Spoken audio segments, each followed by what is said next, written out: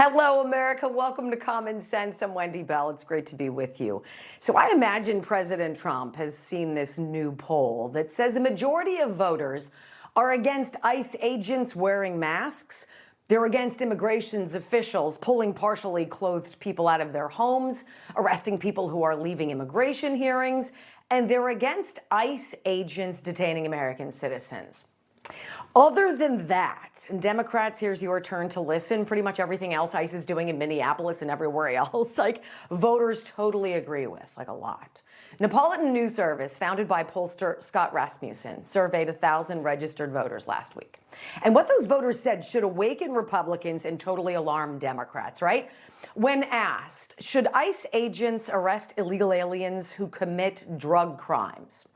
85% said yes. Should ICE pursue illegals who've committed violent crimes? 84% said yes. But when asked which constitutes legitimate protest that should be protected by law, a lot of this stuff the protesters are doing in Minneapolis right now, registered voters don't like. Now, they also don't like the optics of heavy-handed law enforcement that they see on television. So who's right and who's wrong? And does it even matter? Because what we really should be talking about is fraud.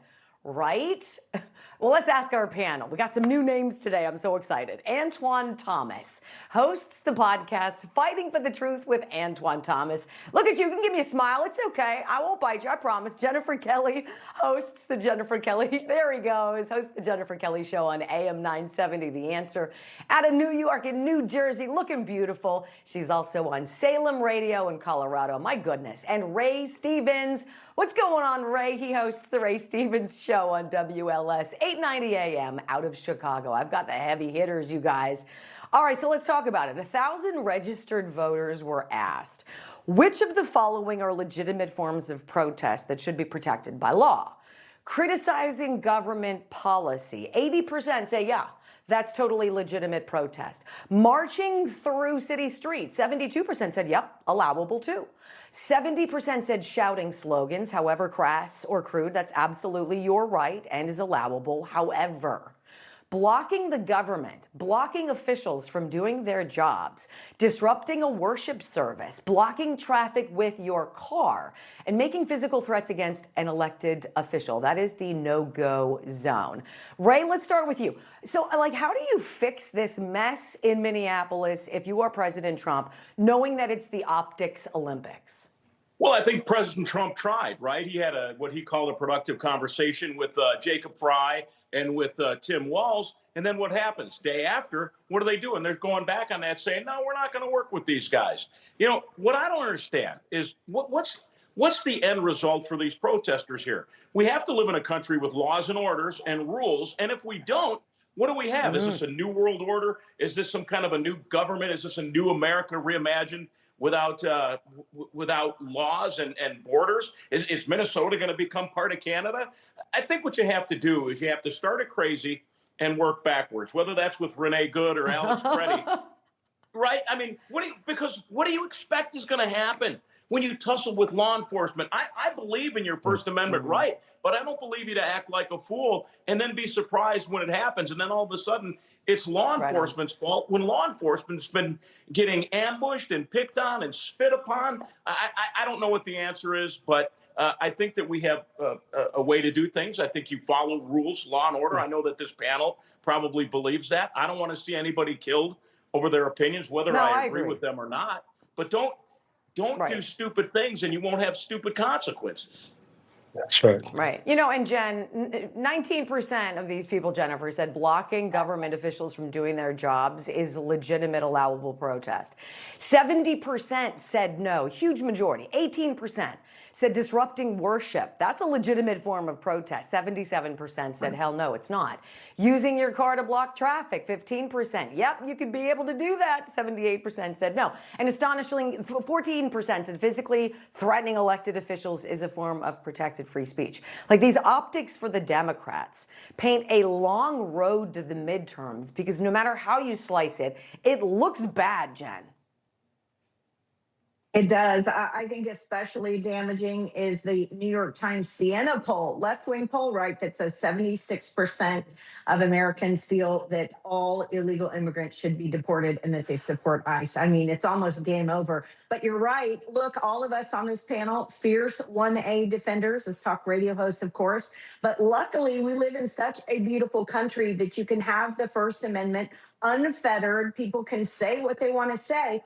But we also have local, state, and federal laws that govern if you go past that free speech, right? So you do have a federal offense charge that could be slapped on you if you interfere with a federal law enforcement action. You do have the FACE Act, which prohibits people from storming into a place of worship. You heard Assistant Attorney General Harvey Dillon talk about that, and they're arresting people for doing that in Minneapolis last week. You also have local laws too. Things like, can you carry a firearm into a federal law enforcement zone? Can you open carry? All of that stuff is up to your state. So, yes, we love the First Amendment, but there are some consequences and some great laws. And that's why our founding fathers were just so brilliant that they put all of these in place. Right on. That's right. Antoine, I know that you're a big Jake Tapper fan. Just kidding. Oh, I love media him. are I fanning love the him. flames here, right?